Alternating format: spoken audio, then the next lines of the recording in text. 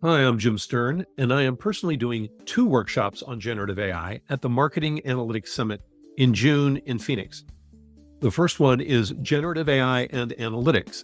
I'm going to explain how generative AI is different from everything that's come before. Now, this is not about data science. I'm not going to teach you how to build a large language model.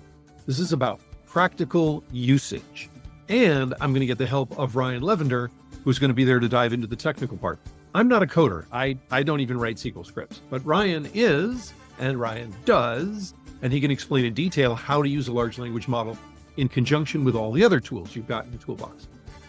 My other workshop is how to adopt generative AI capabilities into the enterprise.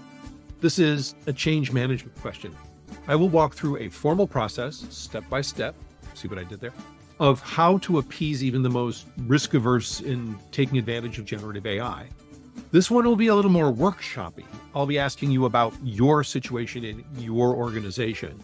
So whether you're looking for a conceptual framework for understanding generative AI and how it fits into all the other tools you're using, or you're trying to get your company to move a little faster, safely, there is a workshop for you. And yes, please check out the rest of the agenda for the Marketing Analytics Summit in Phoenix in June, and I hope to see you there.